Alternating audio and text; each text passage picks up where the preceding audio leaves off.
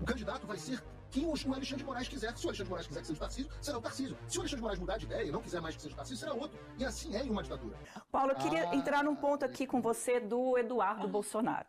Né, o Eduardo Bolsonaro está nos Estados Unidos, todo mundo sabe que se ele colocar o pezinho aqui no Brasil, ele vai ser preso, né? Ninguém tem dúvida disso. Então, o próprio Jair Bolsonaro já disse que talvez ele não volte mais para o Brasil, pelo menos enquanto o Brasil estiver vivendo esse período, né, que vocês colocam aí, classificam como uma ditadura. O fato é que o Eduardo Bolsonaro chegou a ser colocado como um nome para as eleições presidenciais. E no seu programa, como você falou que eu acompanho, claro, acompanho tudo de todos os lados, até por dever profissional, para informação. Você colocou ali que você é bom o programa, que você é fiel ao Eduardo Bolsonaro e não ao Jair. Eu não lembro se a palavra foi fiel, tá? Então você pode me corrigir, claro. Que você é time Eduardo Bolsonaro, não tanto time Jair Bolsonaro. Nesse sentido, o Eduardo fora do jogo eleitoral, porque, né, ainda estamos aí nesse processo em que, se ele vier para o Brasil, ele pode ser preso. O Tarcísio não pode vir a ser um nome importante para vocês? E quando ele aparece, ele é chamado de rato, ele é atacado principalmente pelo Eduardo. Como é que vai se dar isso? Como é que vocês podem chegar ao poder de novo se não tiver um nome que possa ganhar as eleições? São muitas perguntas juntas, né? Vou tentar quebrar elas em alguma parte. Eu disse que minha lealdade ao Eduardo Bolsonaro. De fato quando você se propõe a seguir uma empreitada com alguém, né, isso é uma coisa muito, muito verdadeira nos meios militares, você tem lealdade a essa pessoa. Um soldado tem lealdade ao outro soldado, o irmão de arma dele. Isso é uma coisa muito forte, uma coisa que faz parte da minha criação, da qual eu acredito muito. Então, Eduardo e eu morreria para protegê-lo, porque entendo que ele é um irmão de arma numa guerra que nós estamos travando. Eu nunca tive essa mesma relação com Jair Bolsonaro. A minha relação com Jair Bolsonaro é uma relação muito parecida com a de vocês, talvez por uma relação pessoal mais próxima, mas eu nunca trabalhei com Jair Bolsonaro, eu nunca busquei uma participação em cargo público, etc, etc. E foi isso que eu quis dizer. Neste processo atual, Jair Bolsonaro e Eduardo Bolsonaro têm visões diferentes, como ficaram explicitadas, inclusive, nos diálogos que se tornaram, infelizmente, constrangedoramente, porque são diálogos privados sem nenhuma necessidade de terem se tornado públicos, mas se tornaram. Então fica muito claro que Eduardo Bolsonaro vê um caminho para a solução do Brasil diferente do de Jair Bolsonaro. A minha lealdade está a Eduardo Bolsonaro nesse processo, porque também é com quem tem as ideias das quais eu partilho. Bom, essa é uma parte da resposta. Respeito ao Eduardo voltar ou não para o Brasil. Eduardo e eu tomamos uma decisão. Essa é uma decisão de sacrifício.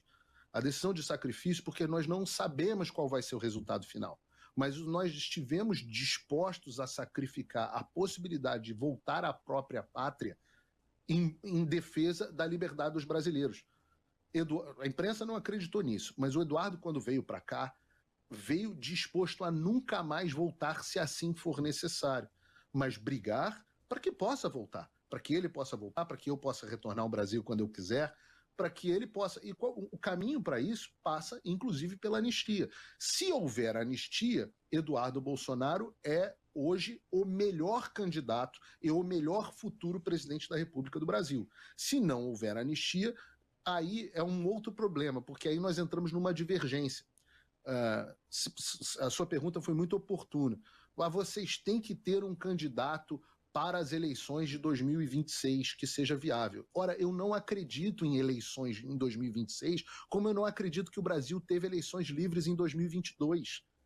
Então seria insano da minha parte... O Eduardo foi eleito em 2022, como é que você pode dizer que não teve eleição livre? Eduardo foi eleito o quê? Deputado? Eu estou falando de eleição para presidente. Sim, mas é a mesma eleição, a mesma maquininha, o mesmo eleição? tudo. É claro, o mesmo pleito. Vocês estão preocupados. Tá. Vocês estão preocupados com a maquininha. A maquininha não estou preocupada com a maquininha, não. Eu estou falando do processo eleitoral. O processo eleitoral de 2022, em que o Eduardo foi eleito deputado federal, é o mesmo processo eleitoral que você elegeu, o presidente da República, deputado federal, uma parte do Senado Federal e governadores. Então, aí tudo bem. O outro lado que não interessa, que está errado. Certo. há uma diferença enorme entre a condução da eleição para presidente da República e a condução da eleição para deputados. O grau de perseguição que o presidente Bolsonaro sofreu durante as eleições de 2022 não é compatível com o que seria possível, naquele momento, fazer para as centenas de milhares de disputas para deputados e deputados estaduais e senadores em todo o Brasil. Não é possível fazer o mesmo grau de perseguição política que o Supremo Tribunal fez nas eleições de 2022 contra o presidente Bolsonaro. Não é possível. Era fisicamente, naquele momento, impossível.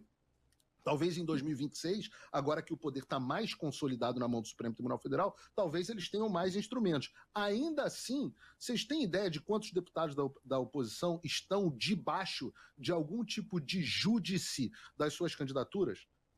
Se vocês não têm, eu recomendo que perguntem à Câmara. São inúmeros. Inúmeros senadores, deputados que viram para mim e falam: olha, eu não posso falar porque tem um negócio de uma AIGE aqui, que se eu falar, eu não posso, vão me caçar o mandato.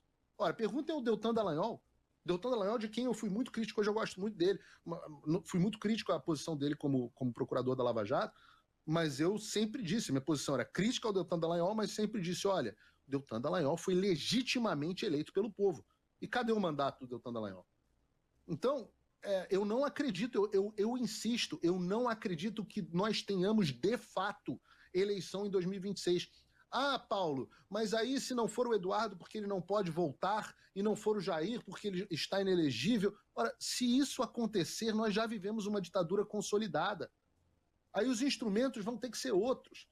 O candidato vai ser quem o Alexandre de Moraes quiser. Se o Alexandre de Moraes quiser que seja o Tarcísio, será o Tarcísio. Se o Alexandre de Moraes mudar de ideia e não quiser mais que seja o Tarcísio, será outro. E assim é em uma ditadura. Não interessa, se interessa que se a candidata na Venezuela foi a Maria Corina Machado ou se foi o outro cara, não faz diferença. O presidente é quem o Maduro decide que é. E é hoje a situação que eu acredito que o Brasil vive para 26. Então a direita nem pensa num nome nesse momento para eu não falo pela direita. Eu não falo pela direita. Enfim, eu falo por mim e, em parte, pelo Eduardo. O Trump voltou. Isso já deve ter tirado um peso das suas costas. Mas e o Brasil? O nosso país continua atolado e achar que só a vitória do Trump vai resolver tudo é ilusão. Nada vai mudar sozinho. E pode ter certeza de uma coisa: ficar xingando muito nas redes sociais não vai fazer diferença nenhuma. Você vai continuar esperando alguém fazer alguma coisa por você? Um político? Um salvador da pátria? Esquece. Se ninguém tomar uma atitude, nada acontece. Eu estou fazendo a minha parte. Eu parei a minha vida por isso. Mas, se você quer saber como pode ajudar sem precisar largar tudo, a resposta é simples: apoiando quem está na linha de frente. Sem esse apoio, sem essa linha de suprimento, esse trabalho morre. Sem estrutura, ninguém avança. Então acessa www.paulofigueiredoshow.com/apoie e com $5 por mês você pode fazer parte disso. Se puder mais, eu recomendo, seja um patrono Gold e participe ativamente no grupo que me ajuda a pautar esse debate. O que vai definir o futuro é quem faz e não quem reclama. A escolha é sua.